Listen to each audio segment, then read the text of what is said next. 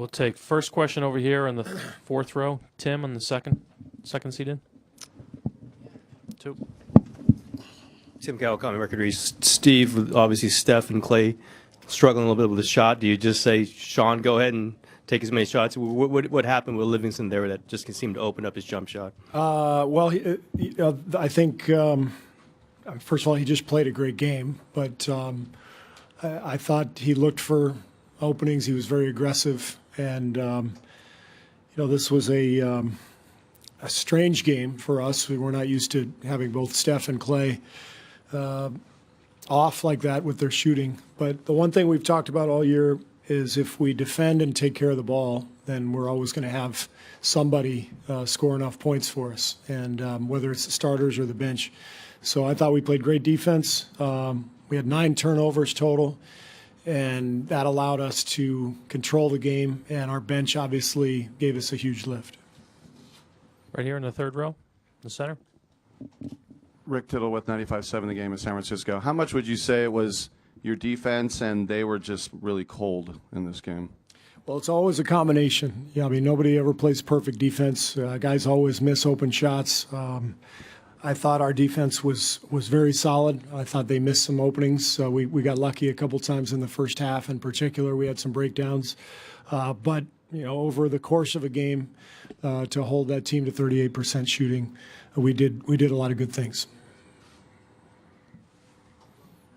Bree, if you can just move up 2 rows right there on the aisle, and then.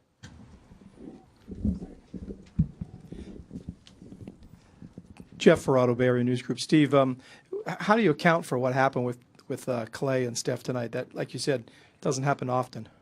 Well, with Clay, he got into early foul trouble. That took him out of rhythm. Steph just had one of those nights. Just wasn't going in, and he had some turnovers. So it happens. Even the best players in the world have bad nights, but it didn't hurt us because of our bench and our overall play, as I said, with our defensive effort and taking care of the ball. Same row inside. You talk about the job Iguodala did offensively and defensively both. Yeah, I mean, Andre he's a brilliant basketball player. He doesn't get enough credit. You look at his stat line, and his line never usually tells the story.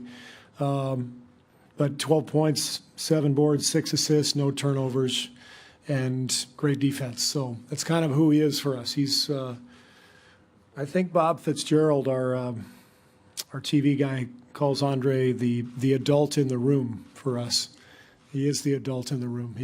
He always settles us down, and he knows exactly what's happening out there.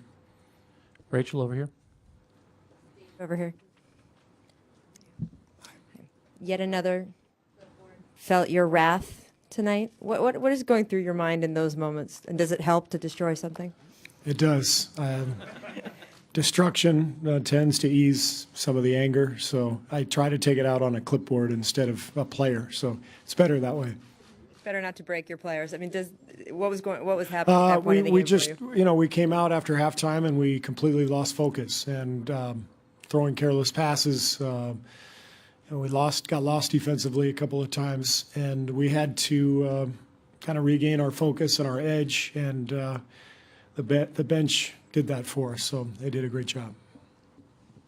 Monty over here on the right. Steve, I asked you before the game about your lineup. You went with Iguodala off the bench despite the fact that this is a different Cleveland team than you saw earlier this season.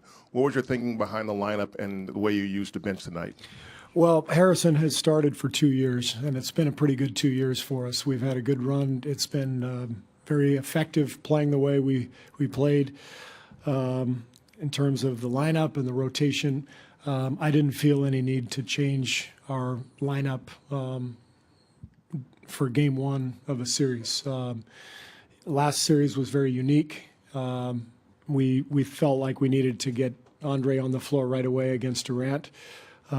This series, we want to get a feel for how everything's going. I thought Harrison played great, but we're not going to change our starting lineup in game 1 of the series because we've been successful doing what we've done. Quick quick follow-up is also Andrew was pretty active early on the offensive end. Was that by design, or is that just the way it worked out? No, just the way it worked out. He was aggressive and he got some buckets early. In the center? Danny LaRue, Real GM.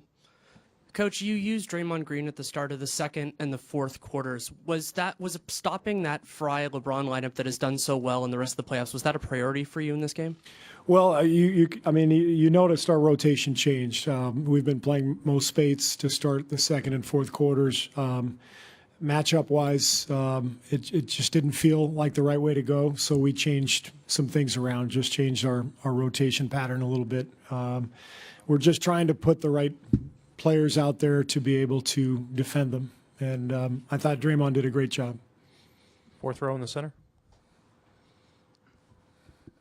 Steve, Phil Barber, Press Democrat. Last year, you guys won the first game and then dropped a couple. Do you figure that that's in the forefront of everybody's mind? Does anybody need a reminder of that?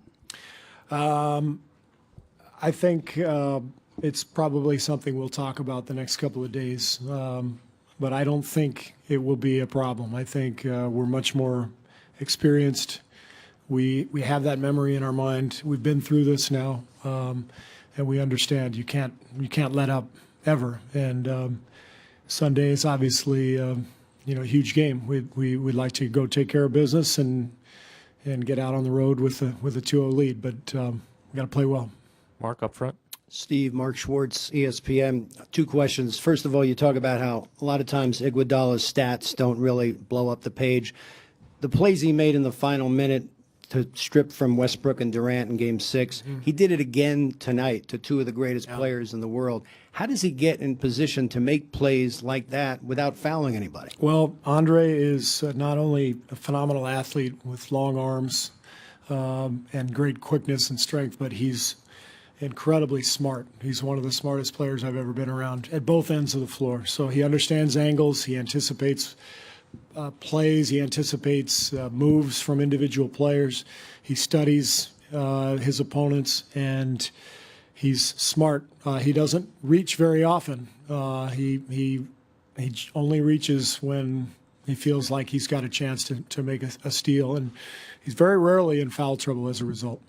Secondly, Barbosa used to be the Brazilian blur. Now I think he's about 48 years old.